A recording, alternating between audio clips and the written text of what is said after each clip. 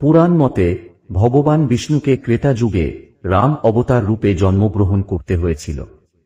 তিনি অযোধ্যার রাজা দশরথের পুত্ররূপে মাতা কৌশল্যার কোল আলো করে জন্মেছিলেন। কিন্তু ভগবান বিষ্ণুর পৃথিবীতে আসার নেপথ্য কারণ কি ছিল? শুধু কি অত্যাচারী রাক্ষসরাজ রাবণকে বিনাশ করা, নাকি এর পিছনে ছিল পুঞ্জীভূত বড় কোনো কারণ?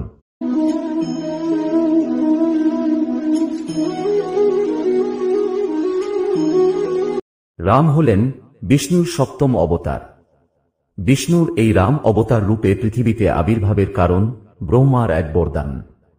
ব্রহ্মার আরাধনা করে তাকে সন্তুষ্ট করে রাবণ এক এমন বরপ্রাপ্ত হয়েছিলেন যে তাকে হারানোর ক্ষমতা তিন লোকে কারো ছিল না। তিনি অমরত্বের জন্য ব্রহ্মার সাধনা করেছিলেন, কিন্তু অমরত্ব প্রদান না করলেও ব্রহ্মা এমনই বরদান করেছিলেন যে রাবণ পেয়েছিলেন প্রায় অমরত্ব। ব্রহ্মা রাবণকে বর দিয়েছিলেন, দেবতা, গান্ধর্ব, যক্ষ এবং রাক্ষসকুলে কেউ তাকে বধ করতে পারবে না। আর এরা যদি তা না পারেন, তাহলে তুচ্ছ মানুষের পক্ষে মহাবীর রাবণকে নিধন করা সম্ভব ছিল না। ফলে কার্যত অপরাজেয় হয়ে রাবণের অত্যাচার সীমা ছাড়িয়ে যায়। তখন ভগবান বিষ্ণুর দ্বারস্থ হন দেবতারা। তাঁর কাছে রাবণের বিনাশের উপায় জানতে চান। অধর্মের হাত থেকে ধর্মকে রক্ষা করতে শেষ পর্যন্ত বিষ্ণুকেই পৃথিবীতে অবতরণের সিদ্ধান্ত নিতে হয়। তিনি সাধারণ মানুষ রূপে জন্ম নিলে তবেই রাবণকে পরাভূত করা সম্ভব। শেষ পর্যন্ত বিষ্ণু কৌশল্যার গর্ভে জন্মগ্রহণ করেন এবং রাবণকে নিধন করেন।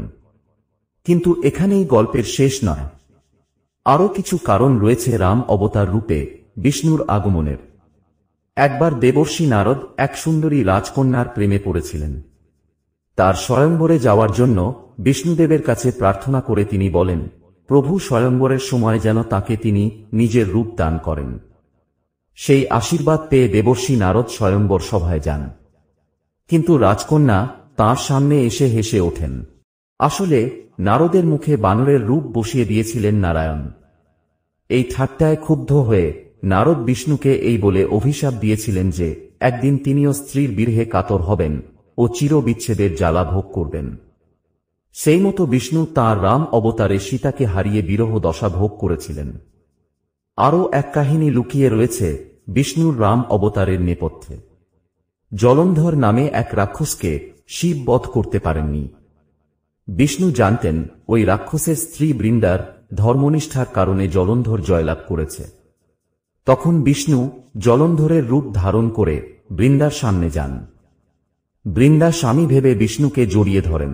তৎক্ষণাৎ বিষ্ণুদেব প্রকট হন। তখন বৃন্দা তাকে অভিশাপ দেন যে ছদ্মবেশে তাঁর সতীত্ব হরণের জন্য একদিন তাঁর স্ত্রীরও সতীত্ব ছদ্মবেশে হরণ করা হবে। সেই অভিশাপ মাথা পেতে নিয়েছিলেন বিষ্ণুদেব। বলেছিলেন তিনি যখন রাম রূপে জন্মগ্রহণ করবেন তখন এই অভিশাপ সত্যি হবে। সেই মতো যখন বিষ্ণু রামরূপে জন্ম নিয়েছিলেন তখন সীতাকে রাবণ ছদ্মবেশে হরণ করেছিল। বৈকুণ্ঠে প্রহরারত জয়বিজয়ের কাছে এসে ব্রহ্মার মানসপুত্র 4 ঋষি বিষ্ণুর সঙ্গে দেখা করার ইচ্ছা প্রকাশ করেছিলেন। তখন জয় ও বিজয় তাঁদের চিনতে পারেননি। তাঁদের কাছে বাধা পেয়ে ব্রহ্মার মানসপুত্ররা অভিশাপ দেন যে তাদের রাক্ষসকুলে জন্ম হবে। বিষ্ণু সব জানতে পেরে বলেন, এই অভিশাপ খণ্ডনের কোনো উপায় নেই।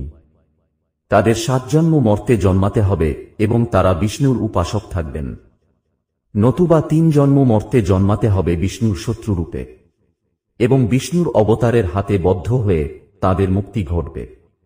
সেই মতো জয় ও বিজয় রাবণ ও কুম্ভকর্ণ হিসেবে জন্ম নিয়েছিলেন।